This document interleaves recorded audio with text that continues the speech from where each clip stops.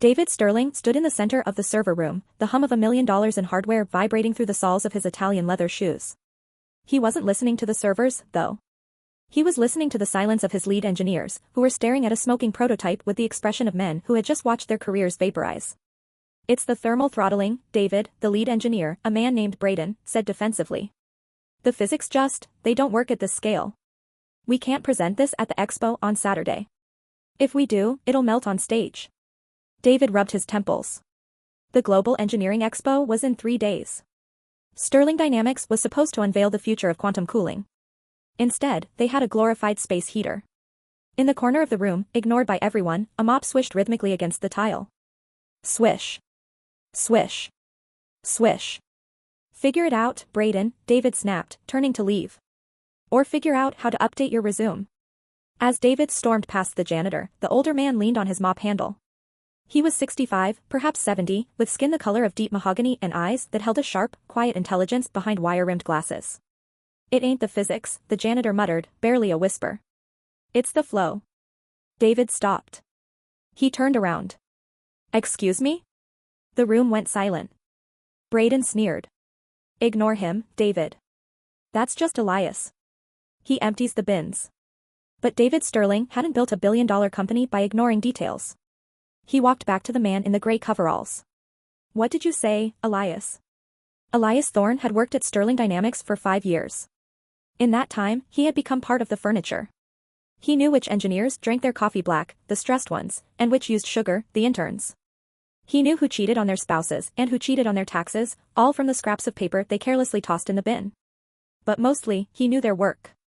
Elias looked at the CEO, then over at the smoking prototype. "The intake manifold," Elias said, his voice raspy but steady. "You got it angled at 45 degrees.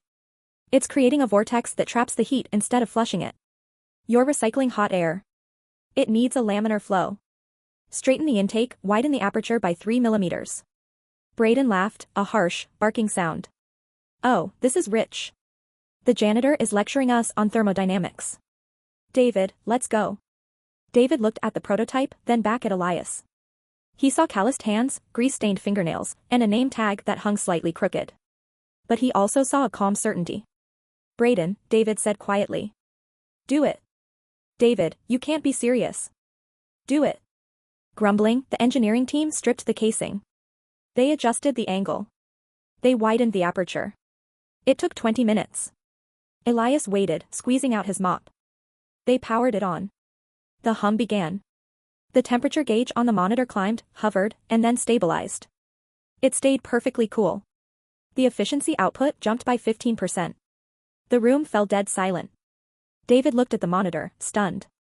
He turned to thank Elias, but the maintenance man was already gone. The only sign he had been there was the clean, wet streak on the floor. The next day, the atmosphere at Sterling Dynamics was frantic. The prototype worked, and the team was rushing to finalize the presentation for the expo. But David couldn't focus. He couldn't shake the image of the man in the gray coveralls solving a problem that 6 PhDs had failed to crack.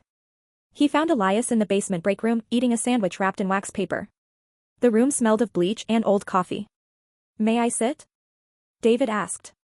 Elias looked up, surprised, but nodded. "It's your building, Mr. Sterling." "David. Please." He sat on a plastic crate. "Where did you learn about laminar flow dynamics, Elias?" Elias chewed slowly, swallowing before he spoke. "Books. Life. A little bit of here and there." "That wasn't a little bit," David pressed. "That was specific. That was master's level engineering." Elias sighed, wiping his hands on a napkin. "Mr. Sterling, I grew up in a time and a place where a man looking like me wasn't supposed to be an engineer. I was supposed to be a laborer. But I liked machines. I liked how they made sense when people didn't." David leaned in. "Did you go to school?"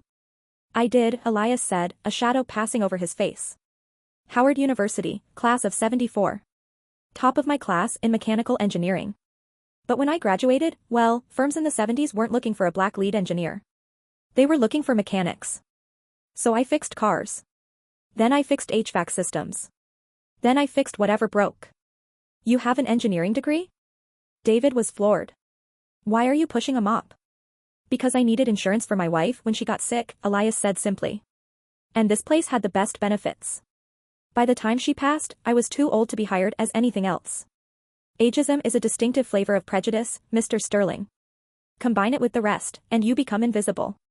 David felt a knot of shame tighten in his stomach. Elias, the Engineering Expo is on Saturday. I want you to come. Not as staff. As my guest. Elias chuckled. With all due respect, David, I don't own a tuxedo. And your board members, Braden specifically, would have a stroke. Let me worry about Braden, David said, standing up. And I'll take care of the tuxedo. Saturday night arrived, glittering with the lights of the city.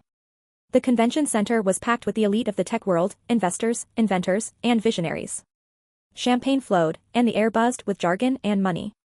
When David's limousine pulled up, the cameras flashed. He stepped out, followed by Elias. Elias looked distinguished. The tuxedo David had procured fit him perfectly. He stood tall, his silver hair brushed back, his glasses polished. But as they walked the red carpet, the murmurs began. Is that the janitor? I think that's the cleaning guy from Sterling's office. Inside the hall, the reception was frostier. Braden, holding a glass of scotch, nearly choked when he saw them. He marched over, his face flushing red. David, Braden hissed, pulling the CEO aside. What is this? This is a serious industry event. You brought the help? It looks like a charity stunt. It's embarrassing. Elias is the reason we have a product to display tonight, Braden, David said coldly. He got lucky with a guess, Braden scoffed, loud enough for a group of investors to hear. They snickered. Look at him. He doesn't know the difference between a cubit and a Q-tip. He's just here for the free food. Elias stood by a pillar, holding a glass of water. He heard every word. He didn't flinch. He had heard worse things from better men. He observed the room, his eyes scanning the diagrams on the various displays. Ignore him, David said, returning to Elias's side. I always do, Elias replied. But, David, look at that display over there. The Omnicorp presentation. David looked. Omnicorp was their biggest rival. They were displaying a legacy tech timeline, showing the evolution of cooling systems. They have the history wrong, Elias said softly. The variable pressure valve system, they have it credited to a German firm in 1985. Does it matter? David asked. It matters to the man who invented it in 1979, Elias said. The main event began. The keynote speaker was Dr. Elias Thorne, no relation, the head of the National Patent Board. He was giving a speech on the shoulders of giants. David and Elias sat at the front table. Braden sat on the far side, pointedly turning his back on Elias. After the speeches, the floor was opened for a Q&A panel regarding the future of sustainable engineering. Braden, eager to look smart, jumped up to the microphone. We at Sterling Dynamics believe that innovation is about youth, Braden declared. It's about discarding the old, dusty methods of the past. For example, the patent system itself is clogged with obsolete ideas from people who didn't understand the digital age. Dr. Elias Thorne on stage nodded politely. An interesting take. But often, the dusty ideas are the foundation. For instance, the cooling system your company is debuting tonight. I reviewed the specs. It relies heavily on the Thorne cycle of thermodynamics. Braden blinked. The what? The Thorne cycle, the speaker repeated. It's a method of heat exchange utilizing variable pressure. It was a brilliant patent filed in 1980. Curiously, it was never commercialized. The inventor vanished into obscurity. Braden laughed nervously. Well, surely some academic theory isn't relevant to. It's not a theory, a voice rang out from the front table. Elias stood up. The room went quiet. The lights glared off his glasses. Who is that? Someone whispered. The janitor? Sit down, Elias. Braden hissed. Elias ignored him. He walked toward the stage. He didn't walk like a janitor now. He walked like a man who owned the ground he stepped on. Dr. Thorne, Elias said, his voice projecting without a microphone. The Thorne cycle wasn't commercialized because the patent holder was told that his kind didn't have the capacity for high-level engineering. He was told the market wouldn't trust a black box invented by a black man in 1980. The speaker, Dr. Elias Thorne, squinted through the stage lights. I'm sorry, sir, and you are? I am Elias Thorne, Elias said. No relation, I assume. But I am the patent holder of U.S. patent number 429188. A murmur ripped through the crowd. Braden shouted, security. This man is a member of our cleaning staff. He's drunk. 2 security guards stepped forward, but David Sterling jumped up. Stop. Let him speak. Elias reached into the inner pocket of his tuxedo. He didn't pull out a weapon, he pulled out a folded, yellowing piece of paper. It was fragile, creased 1,000 times. He handed it to the bewildered keynote speaker. Dr. Elias Thorne unfolded the document. He adjusted his glasses. He looked at the paper, then at Elias, then back at the paper. He leaned into the microphone. This is the original approved patent filing. Dated August 14, 1980.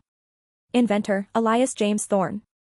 Method and apparatus for variable pressure thermal exchange. The speaker looked up, his eyes wide. Sir, this is the foundational technology for every modern server cooling system in existence. If you own this, you technically own the rights to half the technology in this room. The silence in the hall was absolute. It was heavier than the silence in the server room had been. Elias turned to face the crowd.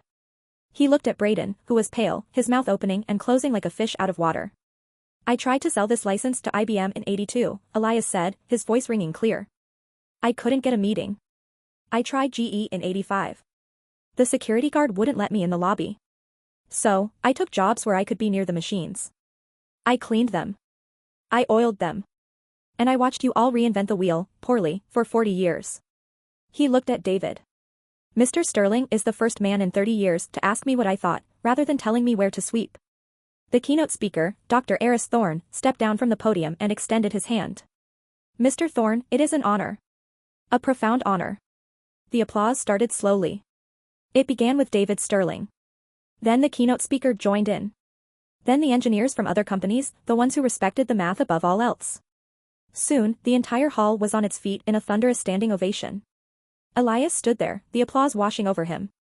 He didn't smile. He just nodded, a single tear tracking through the deep lines of his face. It wasn't a tear of joy, it was a tear of relief. The weight of 40 years of silence was finally lifting.